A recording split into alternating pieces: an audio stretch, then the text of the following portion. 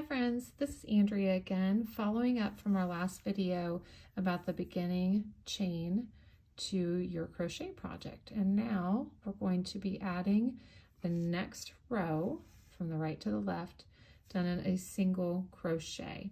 So to leave off, we have our chain in which our hook is still within the last loop. And then from here, the one thing I really want to stress before we even start into this is your chain can easily get twisted around and around and around, and it's hard to tell what's up from down.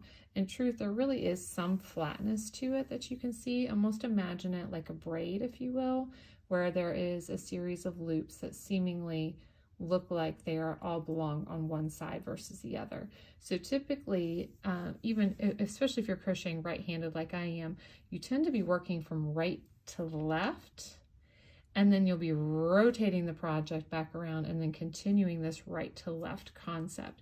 So this still remains the same. I still have a similar hold to how I was before.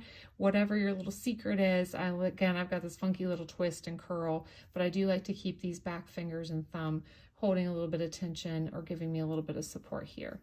And so from this point, I have this loop coming from an originating loop.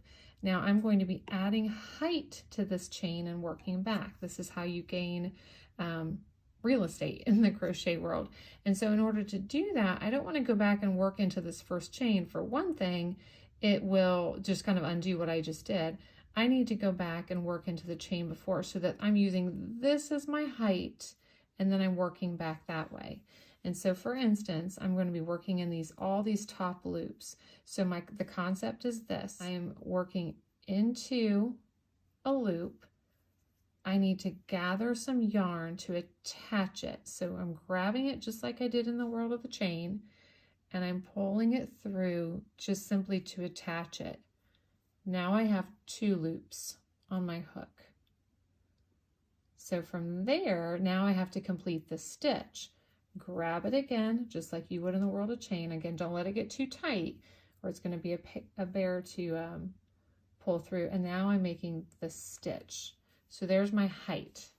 Can't quite see it till you get a little bit further, but now here's my next loop in the chain. So I'm going into the top of that chain. Okay, this goal is to grab some yarn to attach it to that stitch and then pull it through both loops to finish the stitch. And this continues. This is where these fingers are really helpful for me to help keep this a little more flat. Puncture it into the next chain, pull it through. So it's the same tension on both. That attached it to the chain. Now I'm completing the stitch.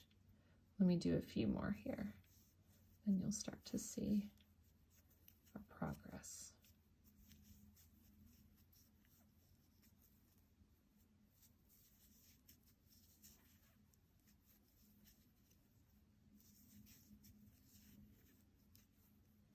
Okay, now you can see how we're building up the height. We still have the tail of the chain.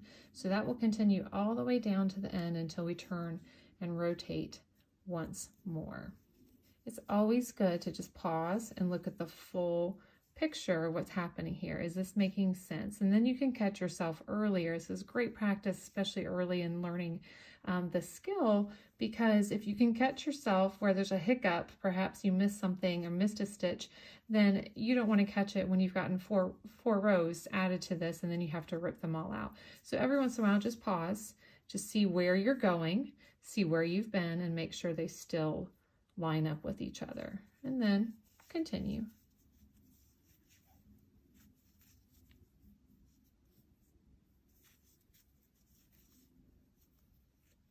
I always question, do I need to go into this last little bit that's the knot? And the answer is yes, just because otherwise you're left with this really awkward tail and you start to do this kind of hourglass shape. The origin of your crochet. Okay, and there you have it. You'll have a rectangular piece like so that you'll build on to the next bit. So to add to that, now I'm going to do 1 chain. So remember that all the way back to the beginning. This is going to enable you to now gain the height of the next row. So because I'm right-handed, I'm now rotating it, just rotating that work around because I'm going to be working this direction now. Same direction, but I have to rotate it in order to do so. Now here is where things change just a little bit. From the origin of the chain, you were just looking at 1 single loop to go through. Now you have this almost beautiful little double stitch, or what looks like a little V towards the top. There's a variety of stitches that will say work in the back stitch, work in the front stitch. For means of just this single crochet, we're going to be working through both of the stitches. And I believe it or not, it's actually a little bit easier than working in the chain. And so I stitched up 1. I don't want to work into the origin of that one because again, I'll undo what I already did, but I'm going back into this little V here. Let me turn it this direction. And I'm grabbing the yarn, pulling it through to attach it, and then pulling it through both to gain my stitch. So that will repeat. I'm putting it through underside of that V, grabbing it to pull through 1 in order to attach, pull through both to complete the stitch. And now that continues all the way down.